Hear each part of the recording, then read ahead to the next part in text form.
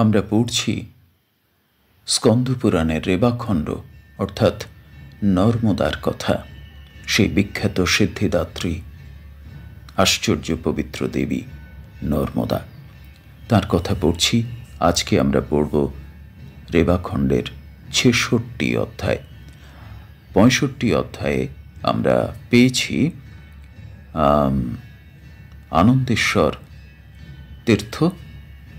সেই আনন্দেশ্বর তীর্থের মাহাত্ম্য বর্ণনা করেছেন স্বয়ং মার্কণ্ডেয় যুধিষ্ঠিরকে। আজকে মার্কণ্ডেয় ঋষি বলছেন আরেক তীর্থের কথা, যেটা ৬৬ অধ্যায়ে আছে। সেটি মাতৃতীর্থ। আমরা শুনে নিই সরাসরি রেবাখণ্ডে কি আছে। মার্কণ্ডেয় কহিলেন, হে রাজেন্দ্র, অনন্তর অনুত্তম মাতৃতীর্থে গমন করিবে।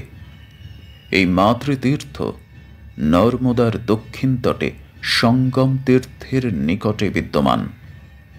হে রাজসত্তম, এই স্থানে মাতৃকাগণ প্রাদুর্ভূত হইলে উমার্থ শরীর নাগযজ্ঞ উপবেদধারী দেবদেব হর যোগিনীবৃন্দকে কহিলেন, অহো, তোমরা সর্বপ্রাণীর দুঃখ হরণ করো।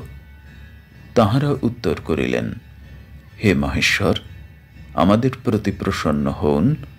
আপনার প্রসাদে আমরা যেন অজেয় হই এবং এই তীর্থ যথাবিধি ধরাতলে প্রশস্ত হোক।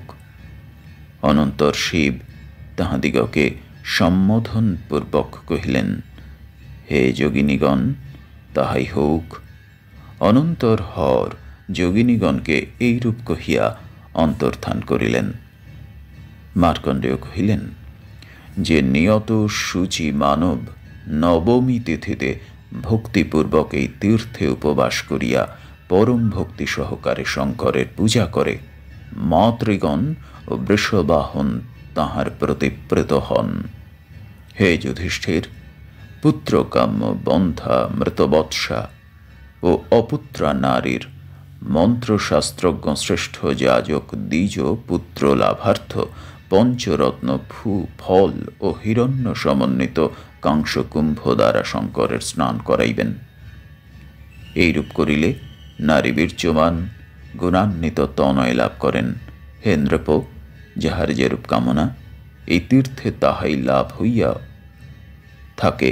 অধিক কি মাতৃতীর্থ হইতে অন্য কোনো শ্রেষ্ঠ তীর্থ হয় নাই, হইবেও নাই।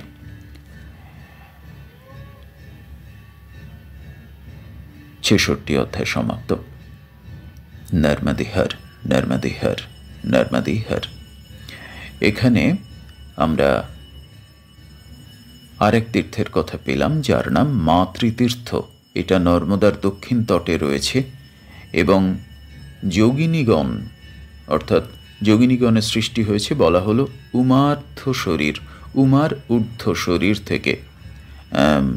সেই শক্তি যারা যোগিনী রূপে পরিচিত, সেই যোগিনীরা উমার ঊর্ধ্ব শরীর থেকে তৈরি হয়েছে এবং শিবের আশীর্বাদে তারা এই তীর্থে অবস্থান করছেন এবং প্রবল পরাক্রমী তারা।